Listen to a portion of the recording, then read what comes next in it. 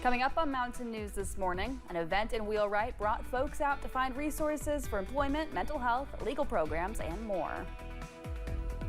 And one official says while pools are preparing for the summer, parents should always keep an eye on their kids to prevent disaster.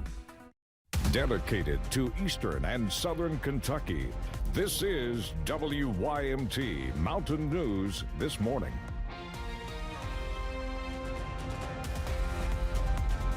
Good morning, I'm Amelia Lee, and it is 5:30 on this Tuesday, June 3rd. Also time to check on in with meteorologist Megan Dusmall on this chilly start to our Tuesday ahead. Megan, is that sunshine coming through? Is it a nice day for the pool? Oh, I would say yes. It is a perfect day for the pool. However, just as Amelia mentioned, it is a little bit of a chilly start, so you might want to wait a couple of hours before you head off to that pool. Here's a look at what we're seeing right now. 48 degrees at WYMT Studios. We're going to see those nice calm winds all day long. But let's talk about across the region as we'll continue to see those 40s and 50s for the next couple of hours. By the time we're heading into the afternoon, though, we will skyrocket into those 80s. Take a look at those forecast highs. Warmest high temperature is 89 degrees in Manchester, a little bit cooler for Wise, 81. But even that is above average for this time of year. Live pinpoint Doppler radar is nice and clear, and that will be the trend for today as well. So sunny skies, warm temperatures, head off to the pool today and enjoy the great weather. Amelia. Kentucky State Police are searching for an inmate who escaped from the Three Forks Regional Jail. 43-year-old Jeffrey Harrison of Lexington escaped by impersonating his brother, who was scheduled for release. He's described as a white man, 5'9" tall, 138 pounds, with brown hair and blue eyes. He left the facility before 5 p.m. on Friday, and KSP was notified of the escape by 11 o'clock. After the last roll call of the night, he was last seen wearing a red jacket, blue jeans, camo shoes, and a black hat. He left in a white Subaru. Anybody with information is asked to call your local law enforcement agency or KSP Post 7 at 859-623-2404. Two Pineville residents are behind bars after a search warrant was conducted by the Bell County Sheriff's Department and Pineville Police. Officers went to a home on Mary Street where 53-year-old Mary Hunter told them no one else was there. She then tried to distract the officers as 35-year-old Randall Storms snuck into the home. Storms is now facing several charges, including kidnapping of a minor, rape of someone incapable of consent, sexual abuse of a victim under 12 years old, and more. Hunters is also facing other charges. The Whitley County Sheriff's Department is searching for a man suspected of being involved in a burglary. The burglary happened last Monday on Eatontown Road. If you take a look at your screen, deputies are actually asking for help identifying the man in the black shirt. If you have any information, you're asked to contact the Whitley County 911 dispatch on the non-emergency line at 606-549-6017 and mention case number 25118. 0107. Those numbers both on your screen right now.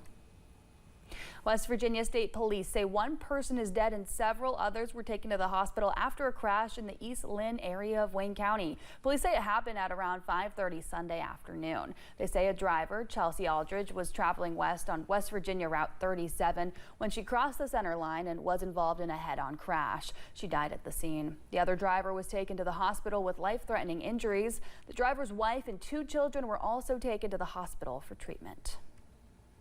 A 3-year-old and a 9-year-old were flown to a hospital after a UTV crash this weekend, and that's according to the Logan County, West Virginia Sheriff's Office. It happened when the UTV at the Hatfield-McCoy Trail crossing on State Route 44.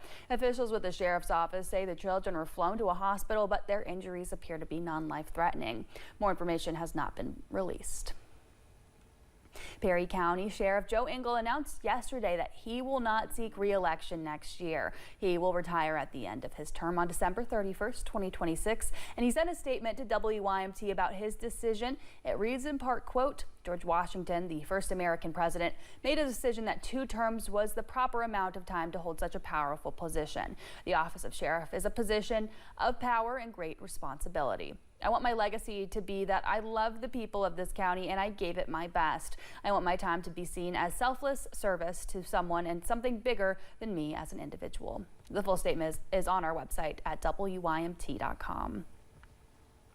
A host of partnerships planted a resource fair in one Floyd County community yesterday, using the opportunity to help a family in need. WYMT's Buddy Forbes has more. I think it is past time for something like this to come to our community. A community resource fair brought information and materials to the people of Wheelwright Monday. I just feel like a lot of people they feel like they have no help.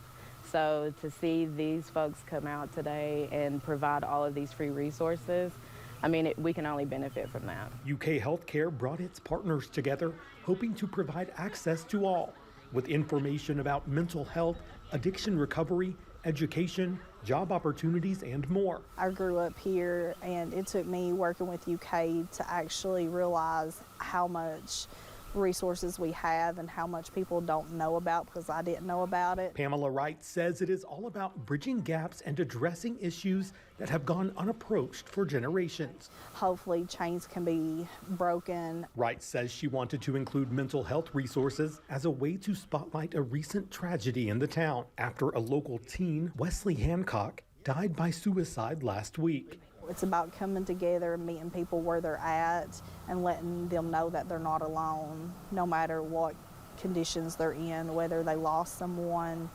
whether they have substance use disorder, or maybe they just need help. So a community food truck, J&D's Tacos and More, parked at the event and vowed to use a portion of its proceeds to help Hancock's family with funeral expenses. That's just how I was raised. We was raised that you stand by each other, you help each other, and that's what we wanted to do. We wanted to be able to help any way we could. Those in attendance say the entire event was a picture of what it means to care for your community. That just shows you kind of like who we are. In Floyd County, Buddy Forbes, WYMT Mountain News. The teen's family also has an online fundraiser to help offset the unexpected funeral costs. Wright says the food fundraiser was just an extra piece to help give back.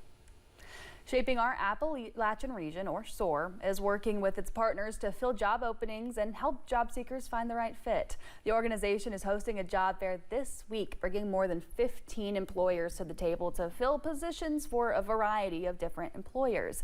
The East Kentucky Talent Network Job Fair will also serve as a networking event, connecting folks with openings, remote opportunities, employment coaching, and more.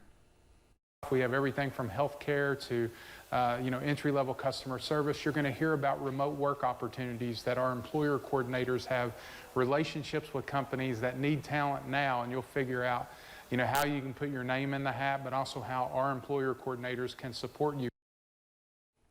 The job fair is set for Wednesday from 10 until 6 at Hazard Community and Technical College in room 123 off the First Federal Center. The Breathitt County Health Department is hosting a community health fair. That health fair will be tomorrow from 11 until 2. Folks who attend will be able to get free information about their health and programs offered in the community. Some businesses attending include the BCHD UK Lexington, the Kentucky Heart and Lung Rural Study, and the Gallon School of Nursing, to name just a few. More information, you can call 606-666-7755. Well, the start of this month brought a special day for Kentucky. Sunday marked the 233rd anniversary of the Commonwealth becoming a state. On June 1st, 1792, Kentucky officially became the 15th state, and Frankfort was named the capital later that year. Kentucky was the first state west of the Appalachian Mountains and was actually part of Virginia before becoming its own state.